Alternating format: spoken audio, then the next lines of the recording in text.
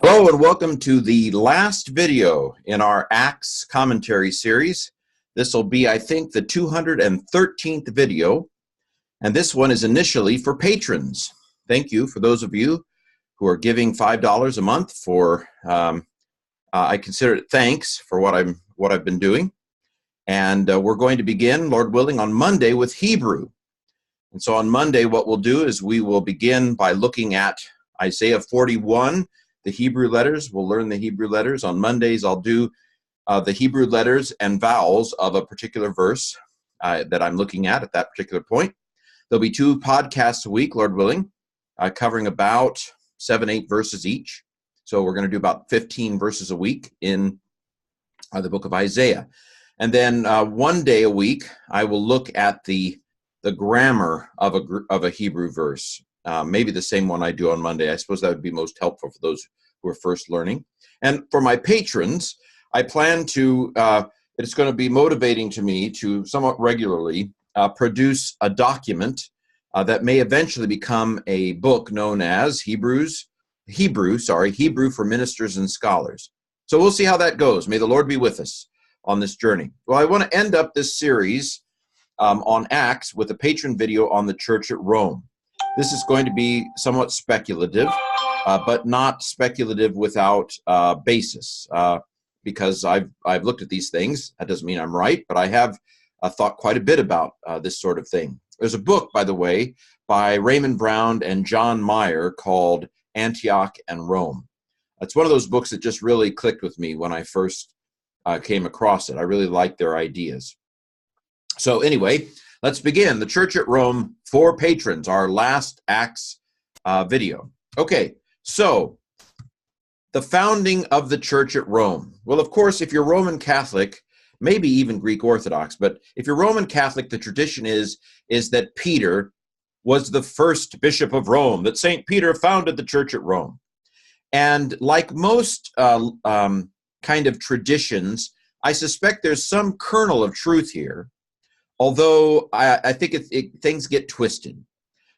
Forgive me, but I'm not really that trusting of traditions in terms of the precision of them. I do believe traditions often come from some basis in fact. However, I believe that traditions get kind of mangled and the fish story gets bigger. The example I use for my own life is I studied at Durham in England, which is a great school. It really is. And when I studied theology there, it was definitely one of the top, in fact, probably considered the top institution to study theology, that is New Testament, at the time that I was studying in England. However, people don't know Durham by and large. Americans know Durham, North Carolina. And so the fish story grows. People say, now you studied at Oxford, right, Ken? Yeah. They skip Cambridge. I actually like Cambridge better than Oxford. They go straight for the Oxford. Ken, you studied at Oxford, if they like me, No, I studied at Durham. And Durham is a great place. It was funny, one spring break trip during seminary, I went to Florida, and we did think of evangelizing. We might have shared the idea of Christ with somebody on the beach, maybe one person, I don't know. But somehow, years later, somebody was telling him about how they were so impressed in college at the evangelistic ministry I did on the beach in Fort Lauderdale, during seminary. And I'm like, well, I really wish I was that noble a person, but really, we just went to the beach. And frankly, I'm having a hard time remembering who we shared the gospel with.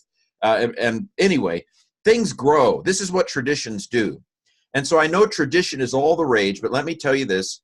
I do not consider the church fathers to be spectacular exegetes of Scripture.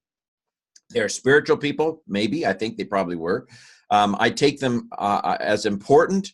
They're crucial. I think the church is a key interpreter, of the New Testament because God helped the church work out things like the canon, things like the Trinity, things like creation out of nothing. There were several doctrines that I think really crystallized in the first few centuries of the church.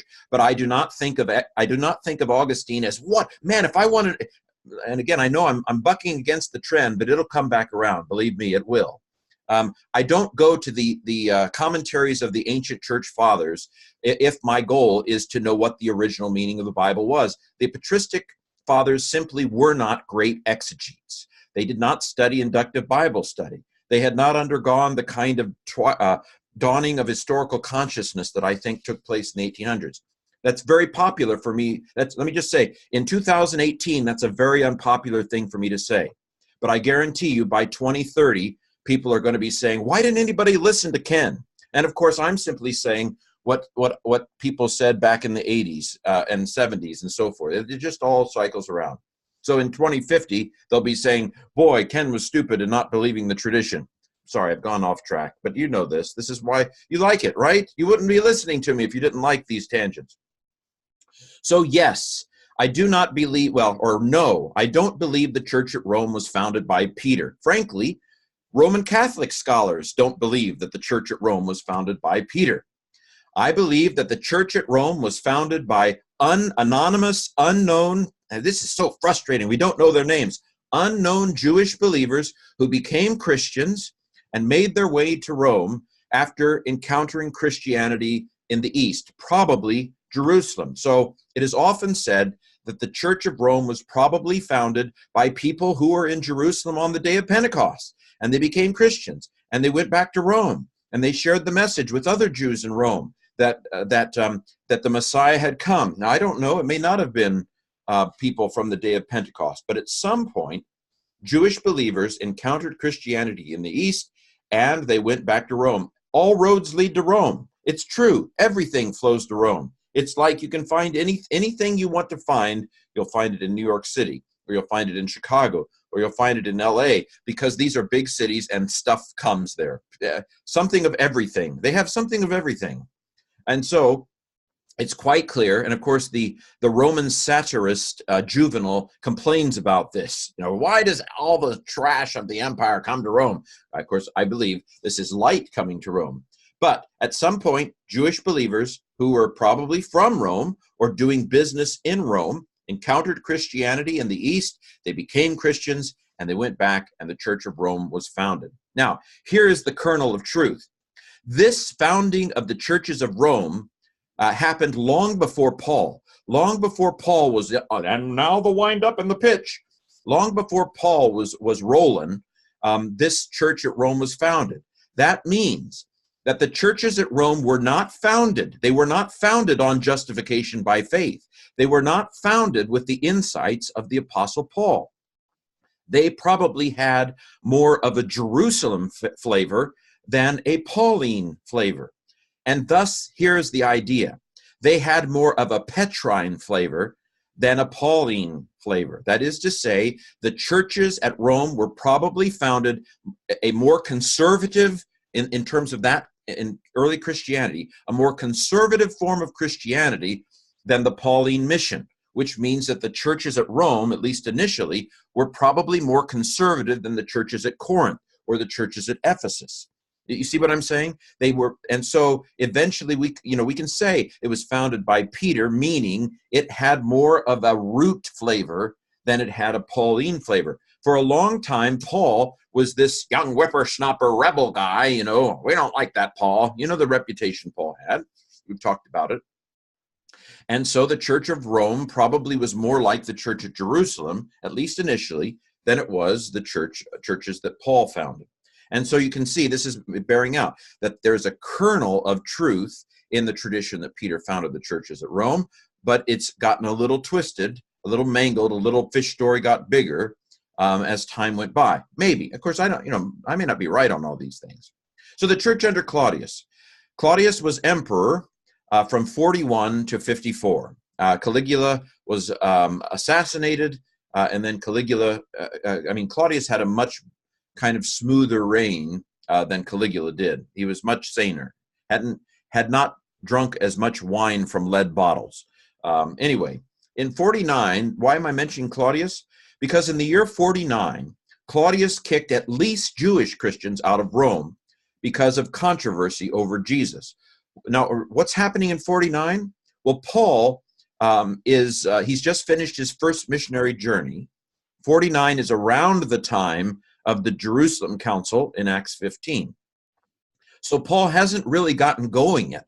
Paul hasn't written any of his letters yet, maybe Galatians, although, as you know, I don't date Galatians as early as others do, but possibly he's written Galatians.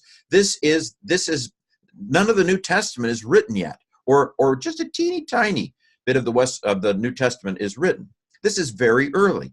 And so we already have enough Jewish Christians, and yes, there aren't going to be any Gentile Christian churches at this time unless they would be, maybe a few Gentiles meeting in their house as part of the broader church, you know what I mean? But in the year 49, that's just when Gentiles are allowed to be Christians. In the minds of headquarters, Gentiles aren't even for sure allowed to be Christians yet. And so there may very well be some Gentile believers at Rome. I suspect there were Gentile believers at Rome. But the church at Rome is primarily Jewish Christian believers. And there's so much controversy happening within the synagogues at Rome over Jesus that Claudius kicks at least the Jewish Christians out of Rome. Here's the testimony of the Roman historian Suetonius, who may not fully understand what this was all about. He says, since the Jews constantly made disturbances at the instigation of Crassus, Claudius expelled them from Rome. Now, again, maybe this is Jesus, maybe it isn't. Most of us like to think that this is talking about controversies over Jesus in Rome in the year 49.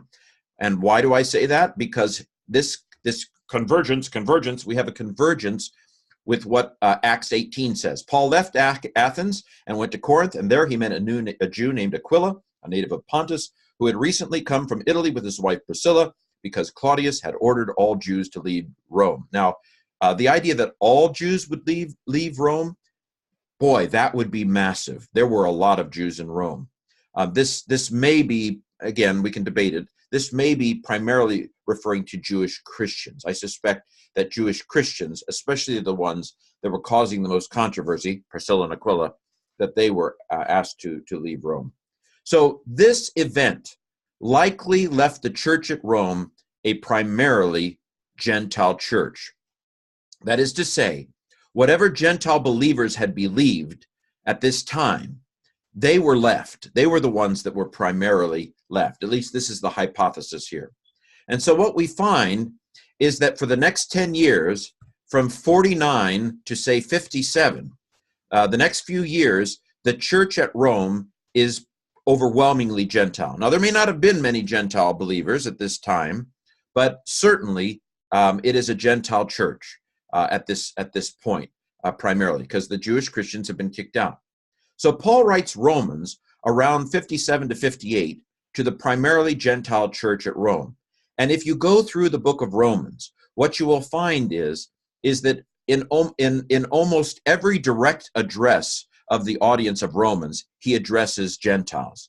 He says, he says, I am a debtor both to Greeks and to barbarians, among whom you are also. I may be misquoting that a little bit, but he basically locates the church at Rome within Gentile Christianity. Now, some arguments have been made against this. In chapter 2, he says, you call yourself a Jew, for example. Is he talking now to the Jewish people in Rome? No one here, not Ken, is going to argue that Romans, there's no Jews at all who heard this letter. But it seems to me that the primary addressees of Romans are Gentile. And I'm not very unique in suggesting that. Now, there are some downsides to that I'll mention in a second. But why did Paul write Romans? He wrote Romans, 1, to introduce himself because he's coming to visit. 2, to defend his understanding of the gospel against his detractors. Romans isn't really a systematic theology textbook. Romans is a presentation of Paul's understanding of the gospel vis-a-vis the Gentile issue. The Gentile issue is the key issue standing behind the book of Romans. So he basically talks about how all have sinned, both Jew and Gentile, but the idea is he's doing this argument to show that Gentiles are saved in the same way that Jews are saved in the same way that Gentiles are. Gentiles are justified by faith, and Jews are justified by faith too. And although it's a little puzzling why so many Gentiles have believed when relatively few Jews have in comparison, Why is this? Paul says it's God's plan. You know, we just have to deal with it. This is what God wants to do. But the Jews can come back in if they want to. The natural branches have been grafted out because of their unbelief, but if they believe, the natural branches can be grafted back in. But Paul has a bad reputation, as we saw in Acts 21, and as we see in Romans 3:8, where he says, people say that I'm teaching do evil, that good may come. I don't believe this.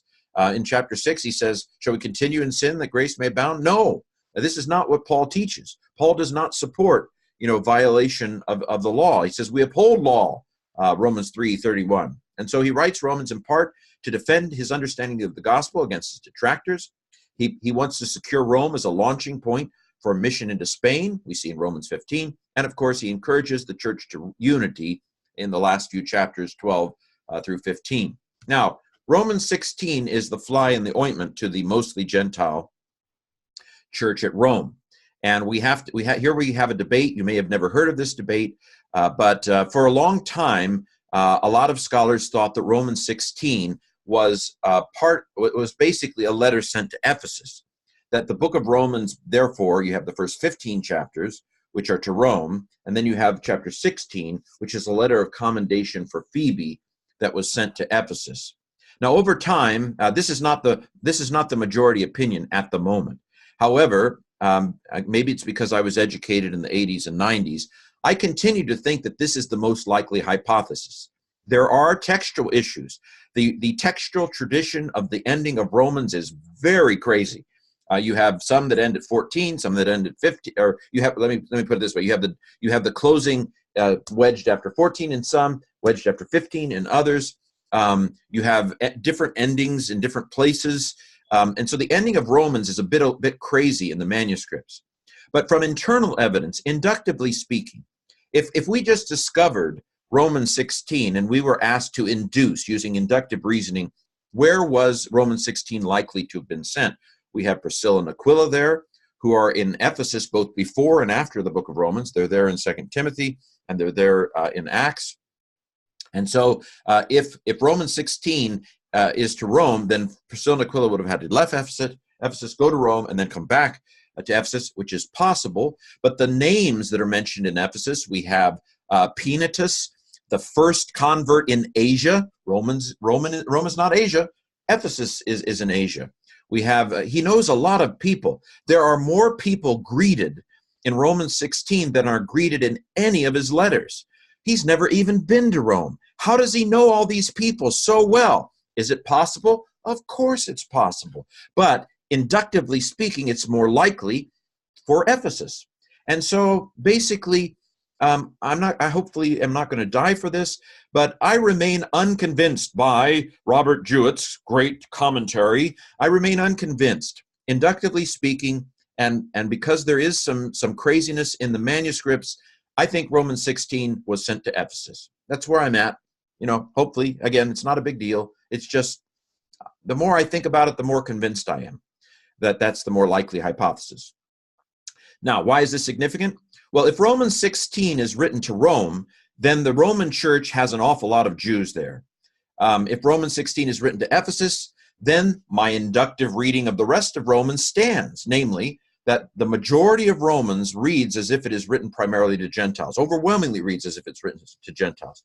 And of course, there are a number of hypotheses about Romans 2. You call yourself a Jew. Is this referring to Jewish proselytes? That's one theory, that actually you call yourself a Jew in Romans 2 is Paul talking to Gentiles who've converted to Judaism. I haven't decided whether that's what I think or not. But of course, you can talk about people who aren't in the room. So you call yourself a Wesleyan. Maybe there are no Wesleyans in the room, but there's all kinds of possibilities there. Well, I'm going to leave it there and simply say that I think that the Roman church remained primarily Gentile. But there were Jews there. Of course there were Jews there.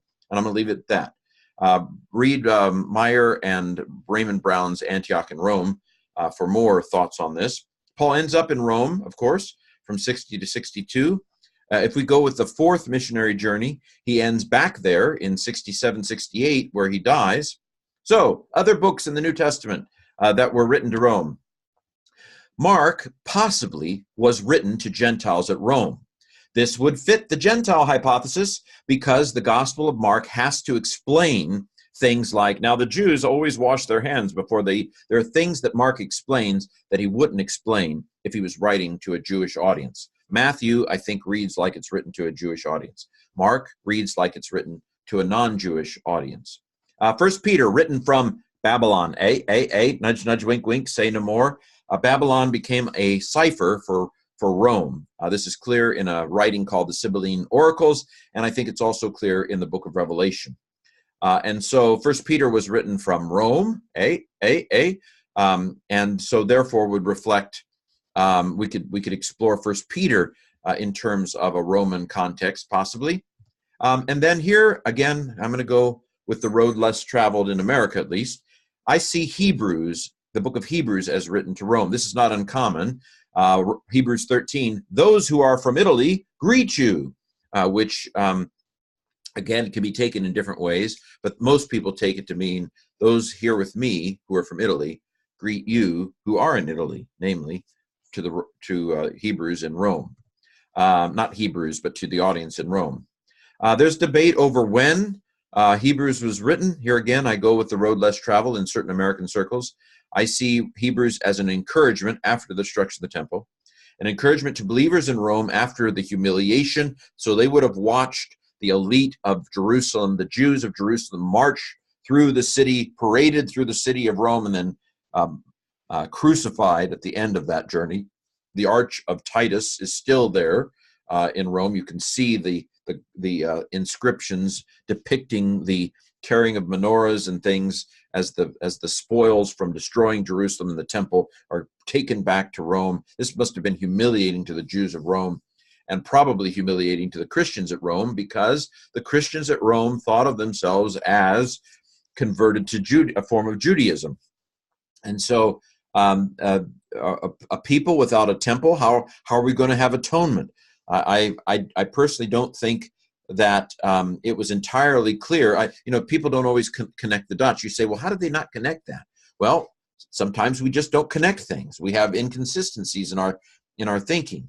And I suspect, especially if you read Acts 21, as I've said in this series, that there must have been Christians who believed that Jesus died for sins, but they didn't see the scope of Jesus' death for sins. We know as Christians today, in fact, why do we know this? We know this because of the book of Hebrews. But when Hebrews was written, I'm not sure that all Christians understood Jesus' death wasn't just for the sins of Israel this time around. Jesus' death wasn't even for just the sins of the past. Jesus' sins were for all time, past, present, and future, as the book of Hebrews says, that there is no sacrifice of any bull or goat that has ever actually been able to take away sins. They were all rain checks. They were all anticipations of the one effective sacrifice of all time, namely the sacrifice of Christ. And that is the only effective atonement. And so the destruction of the temple, in my way of thinking, connected the dots for the earliest Christians. And so Hebrews, I think, was written to Rome, possibly, to make that clear to a church that remained somewhat more conservative in its. What I mean by that is it was more in continuity with Judaism than, say, Corinth was. It was more a more conservative Jewish flavored church, as the church father Ambrosiaster suggests. Again, look up Raymond Brown for the reference. Now, again, I take the road less traveled here. I think that Hebrews was written to a primarily Gentile audience. Now, people say, well, wait a minute. How can it be written to a Gentile audience? There's all this Jewish stuff in here in Leviticus. How would a Gentile understand that? Well, I'm a Gentile, and I think I understand it. Whenever a Gentile became a Christian Jew, so to speak, they became enculturated to the history of Judaism. The Old Testament became their Bible, just like it's my Bible. And so that argument makes no sense at all. It pictures somebody who knows absolutely nothing, as if the author of Hebrews is writing to people who know absolutely nothing about Judaism. But they've been Christians for some time, right? The book of Hebrews talks about how at one time they suffered with those who died, and their leaders. They were to emulate their leaders and consider the outcome of their life. I think, and I'm sorry I didn't put it on the PowerPoint, I think that this is referring to the persecution of Christians in the year 64 by Nero. Remember, Rome caught on fire. People blamed Nero. Nero had to find a scapegoat, and so he said Christians set the city on fire, and he killed a bunch of Christians. When Hebrews 10 talks about the plundering of their property and how they stood with those who were imprisoned, I think that this probably is an allusion to the persecution in 64 in Rome, that those who weren't arrested and weren't in trouble had stood with those that were. Now, of course, some, like William Lane in his commentary, thinks that this might be referring to 49, which is possible. You know, if you get kicked out of town, somebody's going to plunder your property. Although it doesn't really, were they in prison? Could have been. So the other alternative is that reference in Hebrews 10 is referring to the Claudian expulsion in 49. I tend to see it as the Nero persecution in 64, when the Christians in Rome were persecuted. And this would fit with 13, is it 13:7, where it says, consider your leaders who preached to you before, consider the outcome of their life, which suggests to me that they were martyred. Well, there's nobody martyred that we know of in the year 49 under Claudius. So I think that 64 is probably referring to Christians who suffered in 64. Of course, Peter and Paul were both killed in Rome. We don't know exactly when. If you go with Paul dying at the end of Acts, then Paul would have been beheaded by Nero in 62. If you go with Paul having a fourth missionary journey, then he would come back to Rome about 66, 67, 68, somewhere in there. Peter, we don't really know. We don't know that Peter was killed in 64, but again, we assume that at some point in the 60s, Peter was crucified, according to one tradition, upside down. I suspect that's, again, the tradition making it. I do think Peter was crucified in Rome, but I think the fish story, having him crucified upside down, I have more questions about that. Although it's possible, I suppose. I don't necessarily. I mean, it's a kind of bizarre story, isn't it? So you might argue nobody's going to come up with that. Who's going to come up with that? That's probably how it happened. Maybe, could be. But as I recall, the earliest tradition doesn't mention that's a secondary tradition. So I go with the primarily Gentile audience for the audience of Hebrews. For one thing, when when Hebrews talks about the beginning word of Christ and the things that they learned when they first came to Christ, the things that they learned when they came to Christ are things that a Gentile would need to learn when they became a Christian Jew. They're not things that a Jew would need to learn when a Jew became a Christian. Things like resurrection of the dead, faith in God, good works, these sorts of things. Jews were trained in those things from birth. And so a Jewish believer would not have learned those things when they became a Christian, but a Gentile believer would have. There's also talk about turning away from dead works. It doesn't seem to me that certainly Paul wouldn't have called keeping the law dead works. That's a particularly anachronistic Protestant way of viewing keeping the law. Martin Luther would have looked at it that way, but I don't think Paul viewed keeping the law as dead works. Paul affirms works. We are good, his workmanship created for good works in Christ. Ephesians 2:10 says, I believe. Turning to the living God. It's a Gentile that would turn away from the living God most poignantly if they turned away from the faith. Jews would have continued to believe in the living God. None of these is a foolproof argument. And of course, the seed of Abraham is considered the audience of a Jew. I'm sorry. It says salvation's for the seed of Abraham in Hebrews 2. If that only refers to Jews, man, this is a kind of sectarian book. Probably seed of Abraham includes both Jewish and Gentile believers. Well, that was a controversial issue early on. It's something that I could see being written to a Gentile audience, maybe a little bit more than to a Jewish audience. Well, there you have it. I know I've gone quickly, but some thoughts about what the church at Rome was like and how it progressed in the first century. Of course, Clement of Rome, writes, First Clement, maybe around 96 at the end of the first century. And so Meyer and Raymond Brown talk about that in their book Antioch and Rome as well. Although a lot of things about First Clement have come under scrutiny. I haven't looked into it in detail, but the provenance of First and dating of First Clement, even authorship of First Clement, I think has been debated more of late. But that would be some late first century testimony to the Church at Rome. Well, there we go. Our last video on Acts, at least in this series. And thank you for hanging in there and for going through this with me. And Lord willing, next week we begin the book of Isaiah. We'll see you then.